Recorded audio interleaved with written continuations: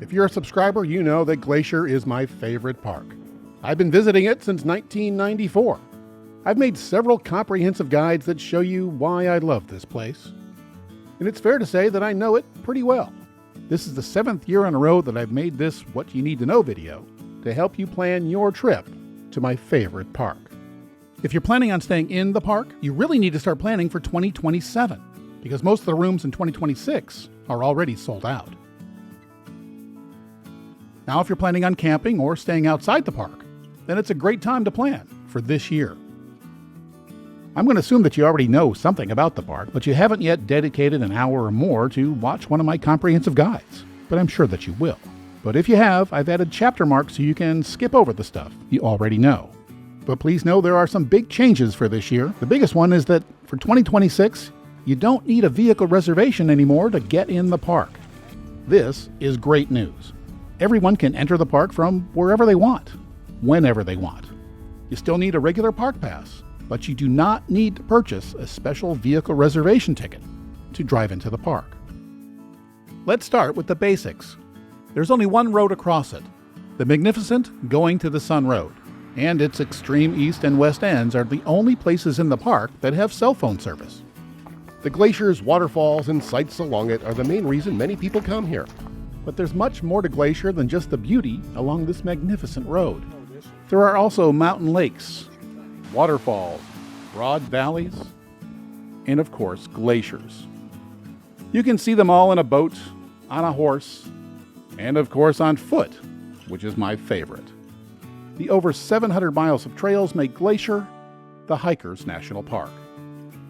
There are trails for everyone, even if you're in a wheelchair.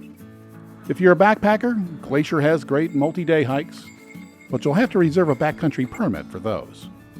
Most of you have heard of the Appalachian Trail, but did you know there's also a Continental Divide Trail? The 3,100-mile trail begins in Mexico and goes all the way to Glacier National Park and then on to Canada. A few of my favorite trails in Glacier are actually a part of this monster trail. Boat tours are available in most parts of the park, and there's one in Canada's Waterton Lakes Park, too. I've been on all of them, and they're a nice way to relax after a long hike, or perhaps on a day when you need to let the blisters heal a bit. And yes, you can bring your own canoe, kayak, or paddleboard, but it must be inspected before you put it in the water. They correctly want to make sure that the invasive zebra mussel doesn't infest these lakes. The Grand Historic Hotels offer an early 1900s version of luxury, but they are in spectacular places. Glacier is a great place to see wildlife, like bighorn, moose, and especially bears. There are both black bears and grizzlies here. I know this from experience. It's better to see grizzlies from a distance. So don't skip past the bear safety segment. Glacier is really several parks in one, because there are several activity areas, plus the Going to the Sun Road. They are all connected by hiking trails, but not directly by roads. Getting from one area to another can take hours. 2025 was the third busiest in park history. Over 3 million people visited the park, and most of those entered through the west entrance of the Sun Road. And with the elimination of the vehicle reservation requirement, this year, it's likely that even more will come. There's another change that's good news. If you came here last year, you know that the Mini Glacier Road was closed for construction. That work is scheduled to be finished in mid-May, and I'm told that it's on schedule, so the road and the Swift Current parking lot and all of the trails will be open this year. And that's great news for me because in early September, that's where I'm going to be. I'm staying at Swift Current. And if you're there at the same time, let me know. We'll arrange a meetup and maybe a group hike. There's another change that's not good news, especially if you're a non-U.S. resident. There is now a $100 surcharge per person on top of the standard $35 entry fee. But if you are a non-resident, you can purchase a $250 annual pass, which allows up to 4 people in one vehicle to enter the park. It's true that visiting Glacier isn't quite as easy as it used to be, but I assure you it's worth it, because there are great places throughout the park. But it can take a while to get from one park area to another, so it's best to stay close to where you want to play. If you're staying outside the park, please be aware of the travel times. The more popular areas have their own lodges and dining opportunities that include the historic hotels, as well as cozier and more affordable motor inns and cabins. And in the remote places, you can get a permit for backcountry camping. Now let's talk about the things you can do once you get here. The beautiful Going to the Sun Road is the only road that crosses the park. It's one of the most scenic in the country, and it's the reason many people come here. I made a video guide that's just on the road, so I'm only going to show you a few of the highlights here. Most people enter the park through the west entrance of the Sun Road, so I'm going to start there. The town of Apgar is just inside the park. It has a hidden visitor center with helpful rangers, and it's also the place where you can catch an express hiker shuttle to Logan Pass every morning. And Apgar has one of the bigger campgrounds. The town site is on the west shore of Lake McDonald. It has great places to stay, and several places to eat and shop. You can also rent kayaks here, as well as e-bikes and even pepper spray. And it's home to one of Glacier's classic views. This is Lake McDonald. The Going to the Sun Road winds its way south of the lake. At the end of the lake, you'll find the historic Lake McDonald Lodge. It's one of the premier places to stay in the park.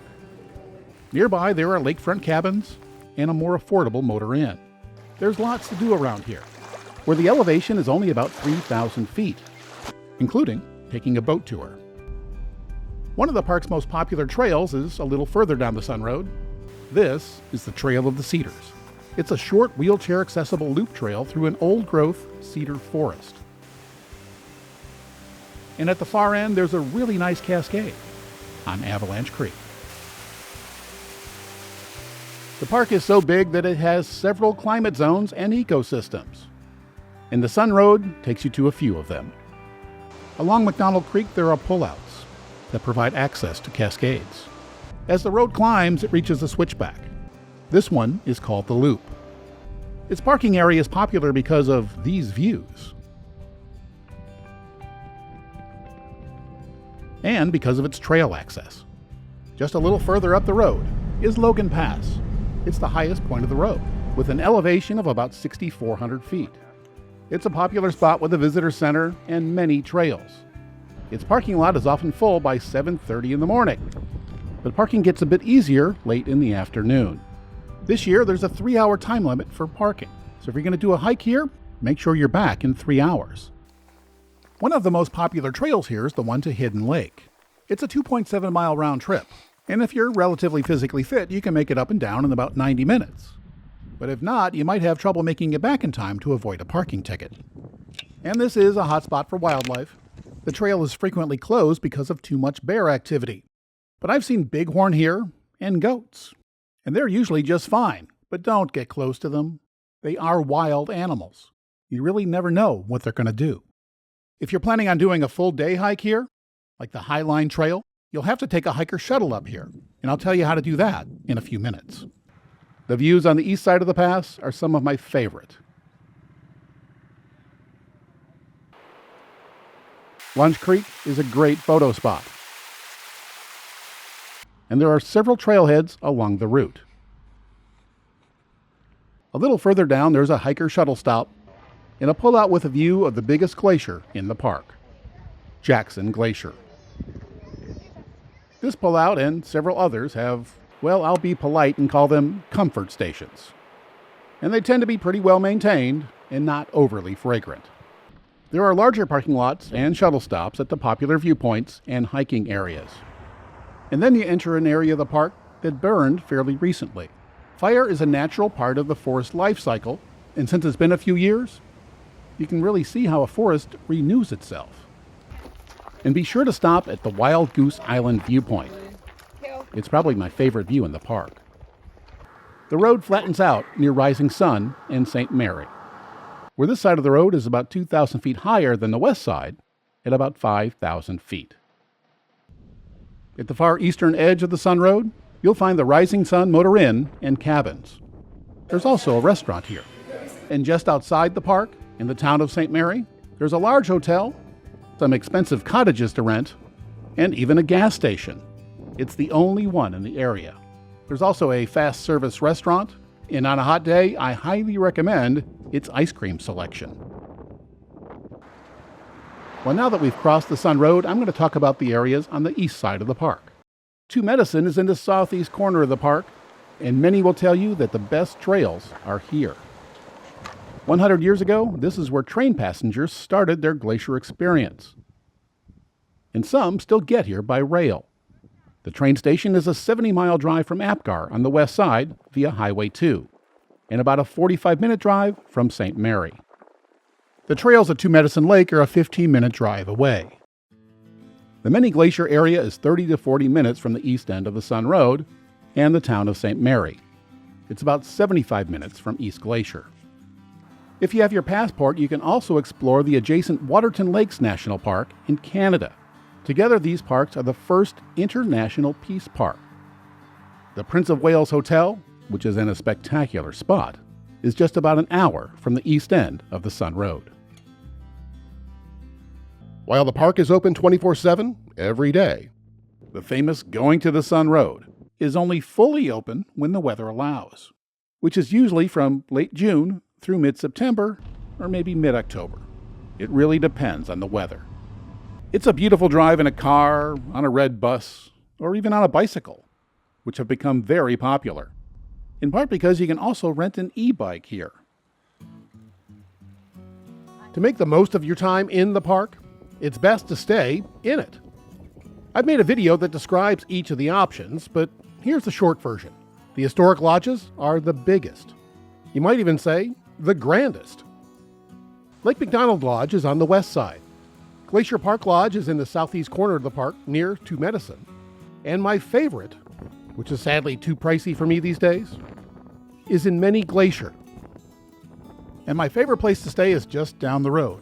It's the Swift Current Motor Inn. This is the area where the infrastructure has been completely reconstructed, so it should be better than ever this year. And this is where I'll be staying in early September. I've stayed in this area at least a dozen times in both the cabins and the Motor Inn. And as far as I'm concerned, it's the best place to be. The big hotels also have a few dining options, ranging from fancy to casual. They also have camp stores with everything from trail foods to bear spray. The Lake McDonald area has smaller motels and cabins that are more affordable.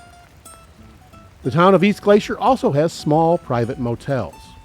On the east side of the Sun Road, the Rising Sun Motor Inn has motel-style rooms and cabins, as well as a casual diner and a camp store. There are also two very remote places to stay in the park. They're called backcountry chalets. And you can't drive there. You have to hike to them or rent a horse. They only have a few rooms each, and you have to pack out what you pack in. But staying there is very special, and the rooms are very hard to come by. Most of the rooms for 2026 are already booked, so you need to plan ahead.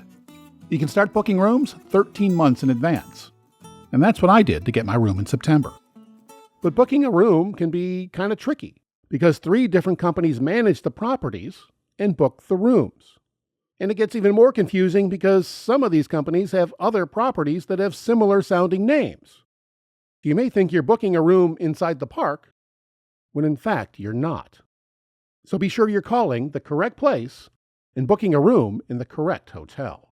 The bigger hotels and some of the others can be reserved up to 13 months in advance. And again, these rooms tend to go quickly. So I guess what I'm saying is, to go to Glacier, you really need to plan ahead. But if you can't do that, or those rooms are just too expensive, it's much easier, and in most cases cheaper, to get a room outside the park, particularly in the towns west of the park, where there are affordable options like the Mini Golden, which is my favorite. It's in Hungry Horse. There aren't nearly as many rooms east of the park, but there are a few in the town of St. Mary and some cabins at Duck Lake. Of course, you don't have to stay in a hotel. The park has many campgrounds. If you're camping in an RV or a tent, you should become familiar with the park's camping page. Some of the campgrounds take reservations. Others are only available on a first-come, first-served basis. And they all have different rules. Some take RVs and some don't. And the length of RV that they'll accept also varies. For more lodging information, check out the park's website. Or better yet, take a look at my Glacier lodging video. It includes a detailed tour of each of the hotels in the park, as well as the rooms in its motor inns and cabins. I even give you a detailed look at my favorite place to stay outside the park. Now it's time to learn more about the free hiker shuttles and guided red bus and other tours, which are not free. During the busy season, the park offers a free shuttle service along the Going to the Sun Road from July 1st through Labor Day, and based on demand, it may be extended through mid-September. There are two types of shuttles. There's an express service from either side of the Sun Road, and there are shuttles that make several stops along the way. The 12 to 28 passenger buses come along every 15 to 30 minutes. If one is full, you'll have to wait for the next one. You board the West Side Express shuttles at the Apgar Visitor Center. They only run from 7 a.m. to 8:30 a.m. The East Side pickup point is the St. Mary Visitor Center, and they only run from 8 to 8:45 a.m. There are stops for the full shuttle service all along the Sun Road, and they run from 8 a.m. to 7 p.m. every day of the season. Each shuttle has a route that covers roughly 1/4 of the Sun Road, so it will take 4 shuttles to go from one side to the other.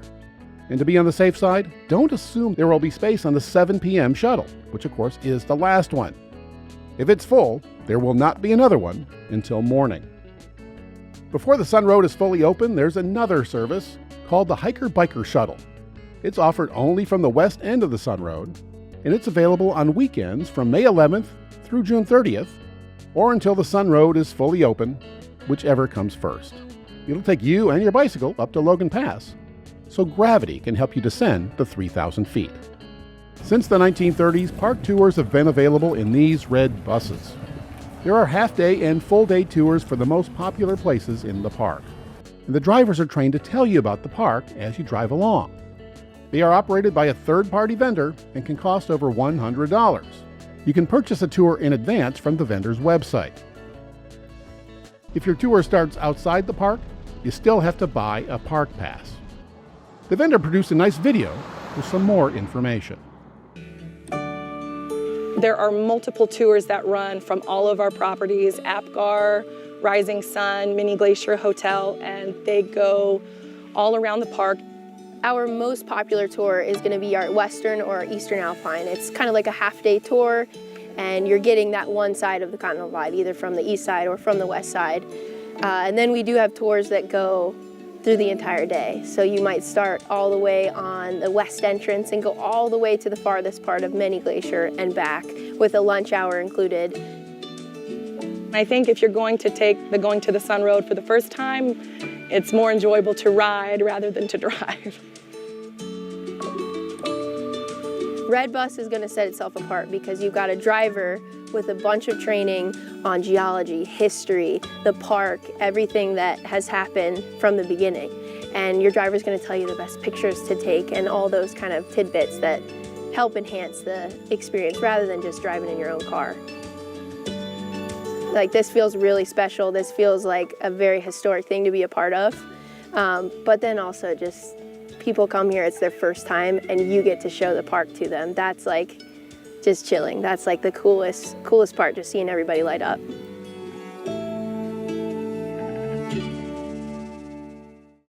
And there's one more tour company. The east side of the park is on Blackfeet tribal land. The relationship's kind of complicated. The tribe actually has control over its own borders.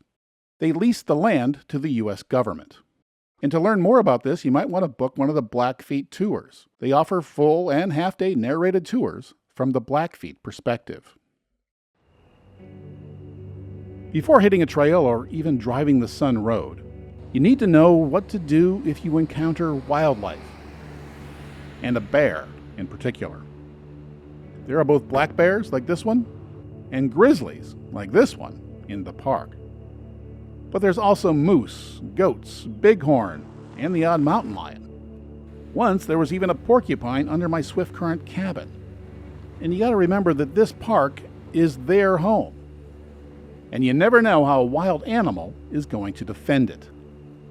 Never approach any of these wild animals. Even if you're not going to hike a trail, you need to read the park's info on bear safety.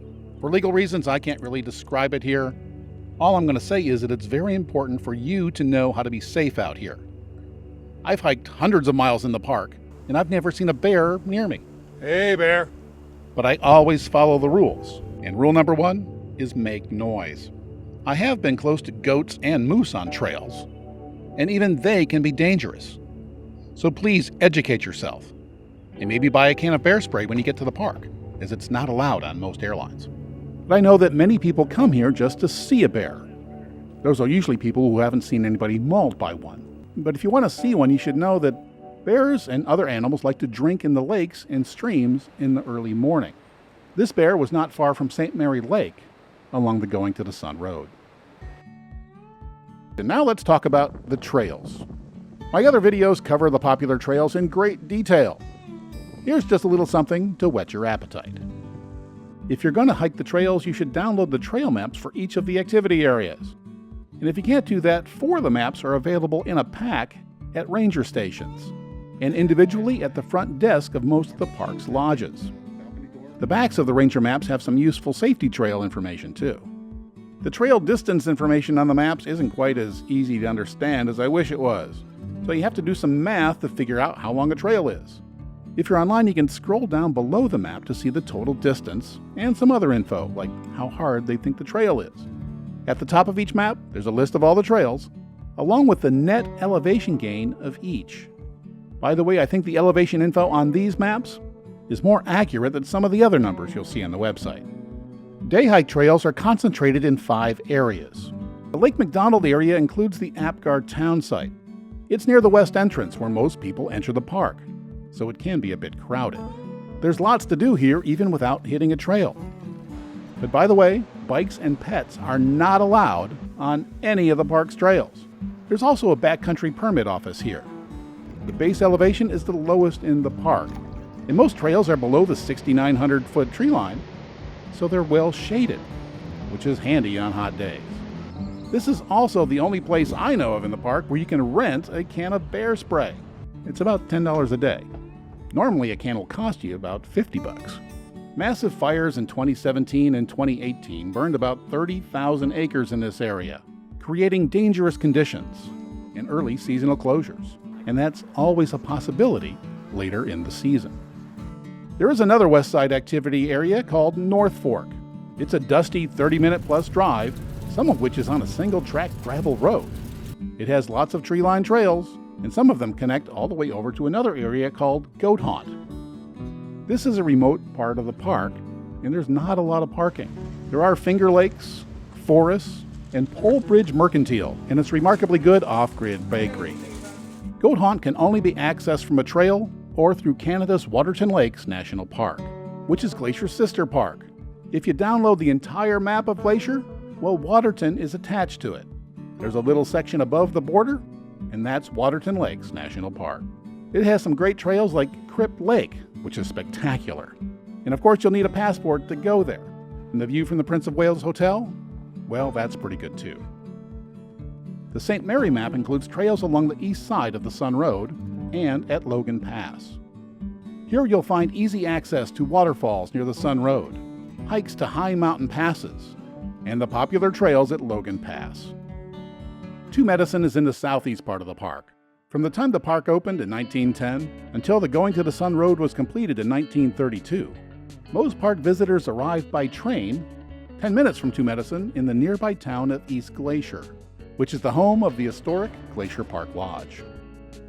The Two Medicine parking lot is small, and when it's full, you're turned away. But that makes Two Medicine less crowded than other areas. And some say the best trails in the park are here, like the Dawson Pass to Potemkin Pass trail. If you take the boat, it's a 12-mile loop with a lot of elevation gain, but also some of the best views in the park. There are also short, easy trails, one's less than a half-mile long, to a waterfall. And there's also boat tours and a campground. Many Glacier is in the northeast part of the park, which is my favorite. It's about a 40-minute drive from the east entrance of the Sun Road, and the view from the famous Mini Glacier Hotel is one of the best in the park. And it's where most of my favorite trails are, both easy ones and hard, including my favorite, the Grinnell Glacier Trail. It ends at the foot of a receding glacier. Mini Glacier also has activities for non-hikers, or for those who need a rest day, like taking a boat tour, or riding a horse. because here is one of the two places in the park where a vendor offers trail rides. The other is near Lake McDonald. But here you can ride a horse to Cracker Lake. It's one of the bluest in the park. And if you want to see some wildlife, each evening there's almost always something, a bear or a goat or even a bighorn, above the Swift Current Motor Inn. And if you're up to it, you can take a 5-minute walk off the end of the Swift Current parking lot to Fisher Cap Lake. And each evening, around dinner time, there's almost always a moose or two in the lake. It's dinner time for them, too. Okay, now I'm going to assume that you actually want to come to Glacier and that you're starting to make a plan. Well, first thing you should know is, well, this is not a place for control freaks because Mother Nature's in charge here.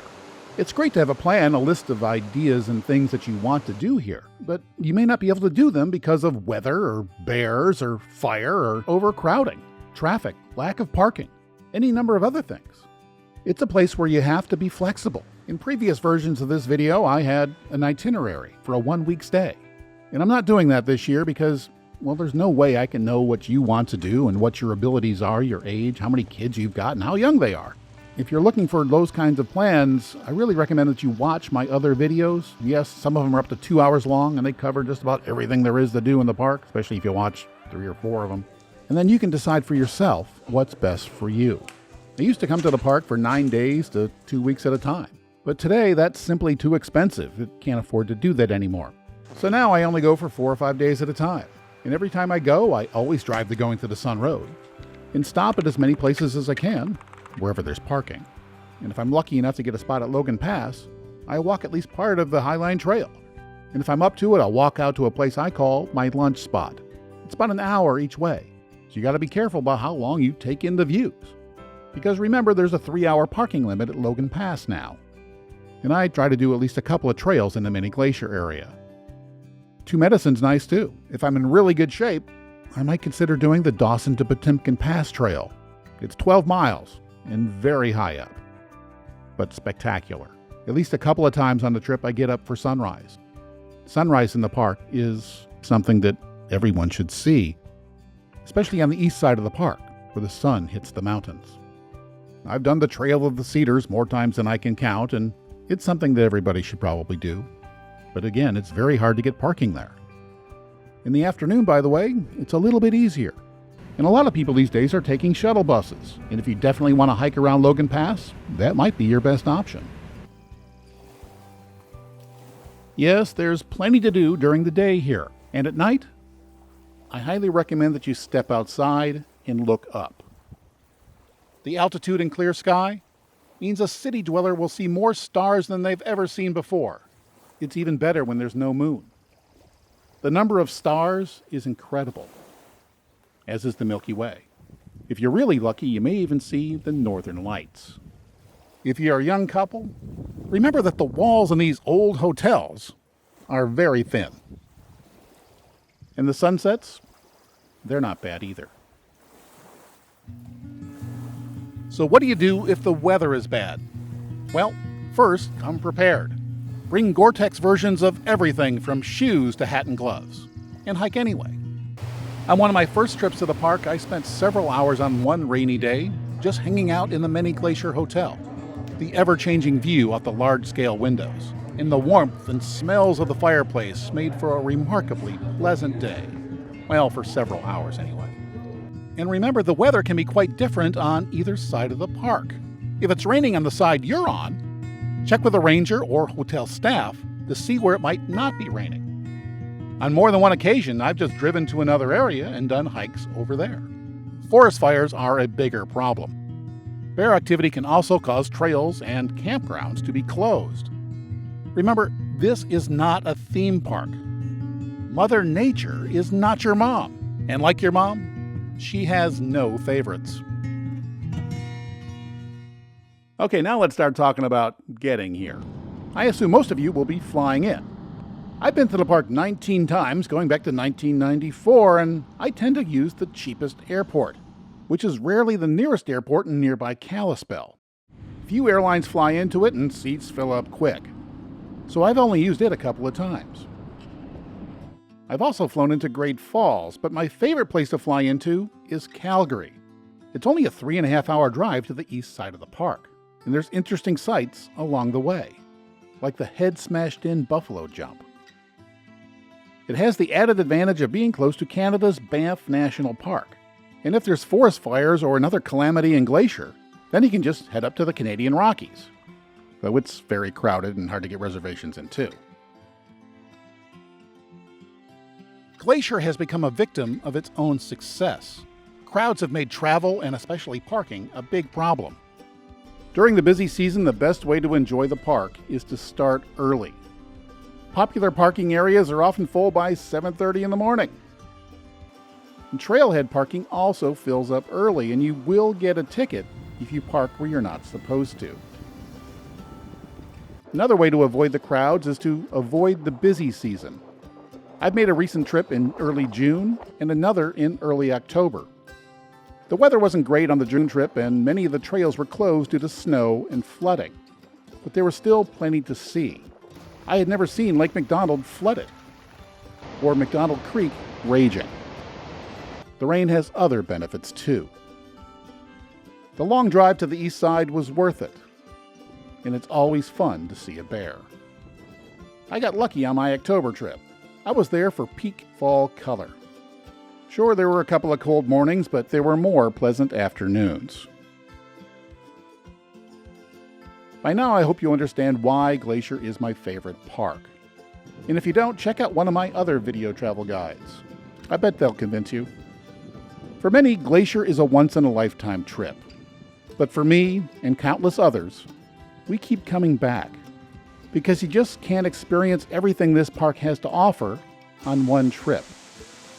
But I hope this video helps you plan yours.